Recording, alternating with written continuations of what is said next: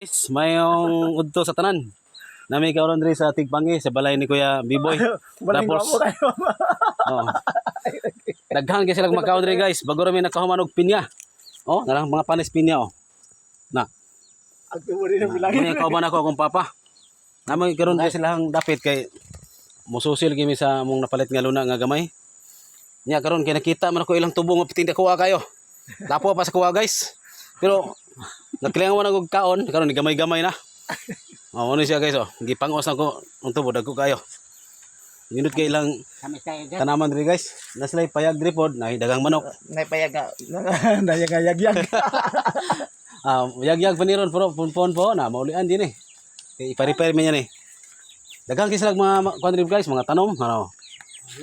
Nakamungtag nyo sila kay gi puy-an magyud nila mayo ang kabukiran.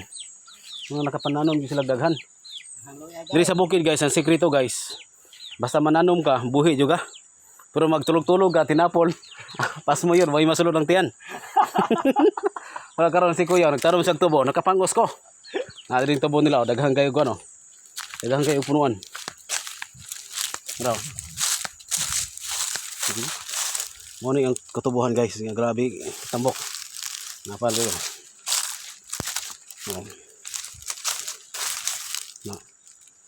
Ang sekreto rin sa bukid ay ang pagpananom. Kaya para makuha ka produkto. So naman ako gagyuta niya way tanom. Buyo-buyo ra. Wala po nada.